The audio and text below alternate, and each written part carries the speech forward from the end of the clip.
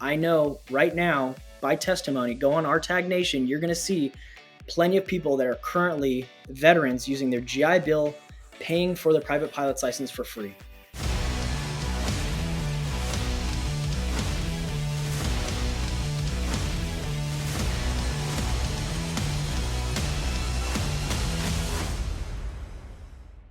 Jared, it's very nice to meet you. Welcome to the Fly with Trent show. I know you reached out, or somebody reached out to me and told me about you. I can't remember how this got started, but I came into this with a little bit of skepticism about how someone in the military can use government money to be able to pay for their flight training. Because I thought, hey, can't they just read that on the website? Like, why do we even need to do an interview? So why are you here, and why does this interview need to exist to help other veterans? Thanks for having me, Trent.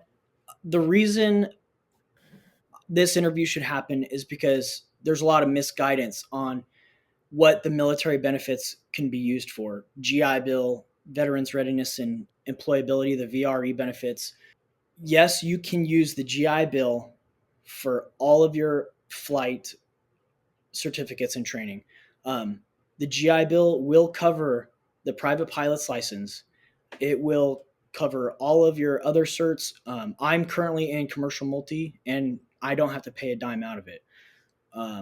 With the GI Bill and private pilot's license, the caveat with that is you have to be a resident student physically at the university. So I spent 13 years in the Army with the GI Bill benefits at my disposal, and I didn't even know that I could use it to pay for flight school.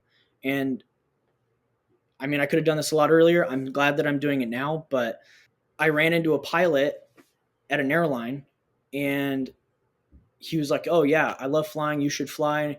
He's like, "I think you could use some sort of military benefit to pay for flight school." And I was like, "All right, I'll look into it." And it was really complicated, really convoluted.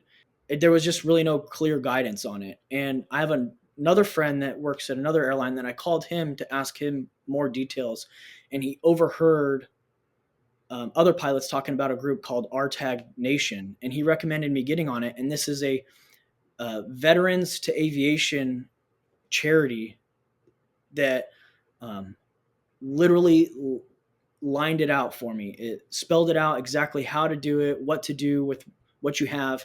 And it literally got me on the track that I'm on today. I have my commercial multi-engine check ride on this Saturday. Okay, so let's pause there for a quick second. So you were 13 years in the military. In your case, you went and paid for your private pilot's license on your own dime, but you're saying that you didn't actually have to. There's ways to get the government to pay for that. Then you left active duty, you enrolled in Liberty University, and you took advantage of all the VA benefits and government money that you have available to you, but it wasn't necessarily obvious on how to get your hands on it. And so you've been able to do all of your flight training since the private pilot's license without spending your own money. Did I get that correct? That is absolutely correct. And the only reason that the only reason I paid out of pocket for my private pilot's license is I was at a destination that didn't have an approved school. So it has to also be an approved school for the GI Bill. So you have, in order to get your private pilot's license paid for with the GI Bill, it has to be at an approved university, and it has to be as a resident student. What does that mean, resident student? You're living there? Yeah, you're on campus using the university-owned aircraft, and it's got to be part of a degree program. So you can't just take the flight class. You have to. That class has to be part of the degree plan. And so this is going to be like a 4-year degree. So does that mean you're going to this place for 4 years? Some schools have the associate's degree plan. So it could be a community college or a 2-year degree plan or a 4-year. I like my school. There's other schools out there, so you definitely want to do your homework. My school, I'm able to do my flight training up front, and then I can do the rest of the degree online. So I'm in person flying, and then after my in-person flight training is done, I can continue on the degree plan, go be a CFI, and finish my degree online while I'm doing my CFI work. So why isn't that on the VA website? Like, the answer doesn't seem terribly complicated. You said 2 things. It has to be an approved school and you have to be a resident student. Why the hell isn't that on the VA website? Because it's the VA. I wish it was more detail. It's kind of a spider web. If it's there, I don't know where it is. Okay.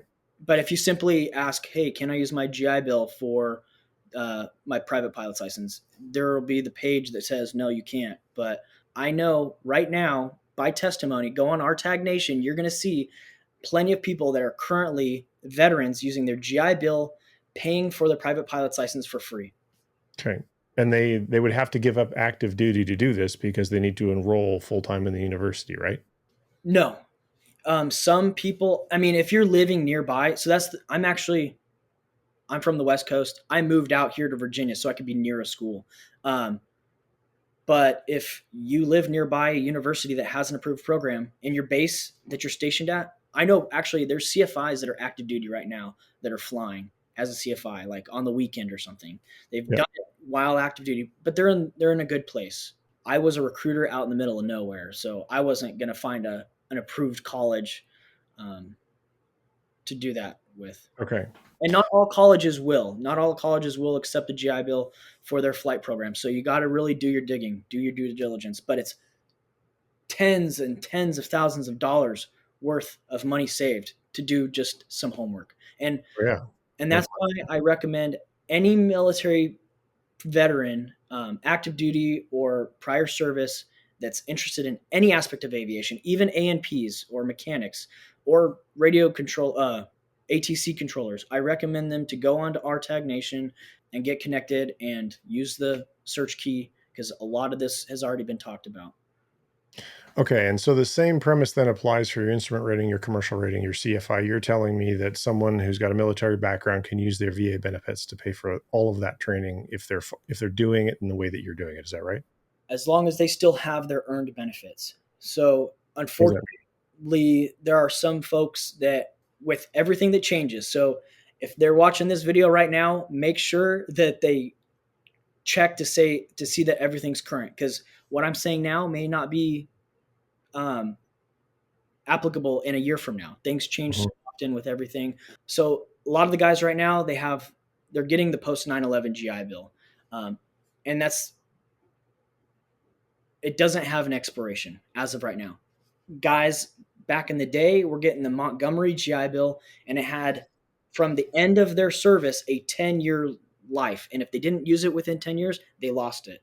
There are so many little extra pieces to that. Like if they're unemployed right now, they could go and request an extra year of benefits and they could get that. There's if they had a disability, they can go get VRE benefits, which is the military is just trying to keep people from being unemployed. So Okay. So when someone decides, for someone who's watching this and they're thinking, hey, this is great. I didn't know this. I want to go do this. And they run into that first roadblock of people telling them no. What do they do next? What's this RTAG thing that's on your shirt? Because I'm assuming that's the great resource. it is. I would go there and I would find somebody that went through it. I didn't have to go. I came to the school with my private pilot's license, so it was a lot easier for me.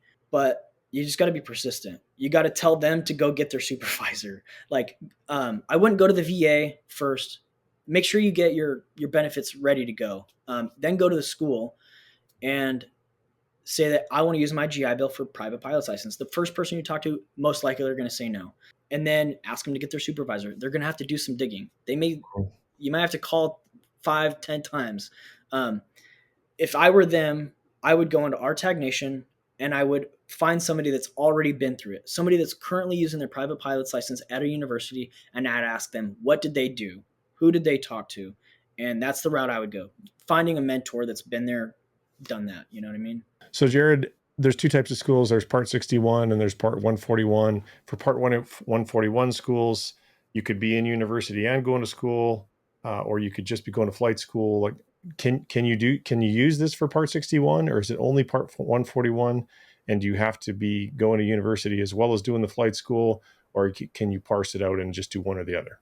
Okay, so utilizing these benefits, forget about Part 61, unless I'm missing something. But it has to be at least a Part 141. You can't do your private pilot's license at the Part 141 with your benefits. You can do the rest. However, for most people, you're going to have about 36 months worth of benefits. 12 months worth of benefits at a Part 141 is only going to get you $15,000. And so that's not going to go that far. Now, if you go to a college, a private college, Liberty University is a private college, you're going to get a limited amount of money that you can use for the year. But a lot of schools will have a yellow ribbon program, which is kind of like a kicker on top.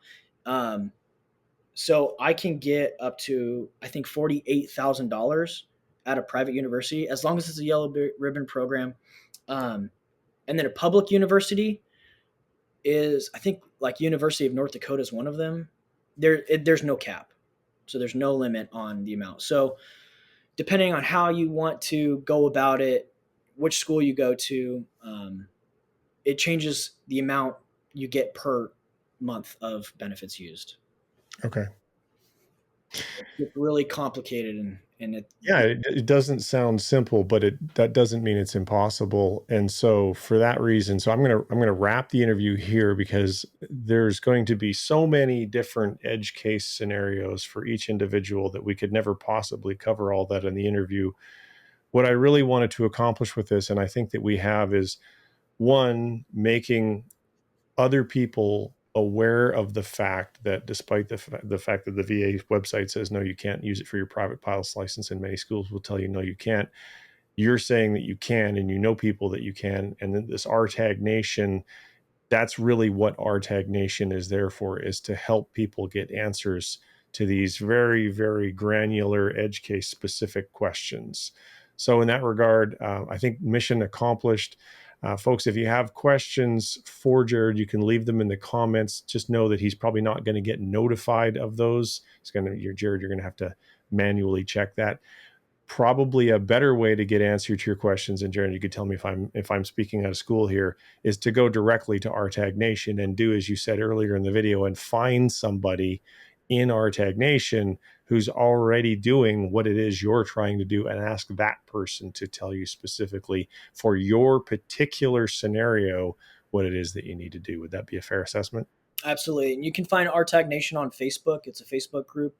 And then they are also a charity. So they raise, I think they're on track to raise $500,000 this year for scholarships for pilots like me. Well, not like me. I got my private pilot's license.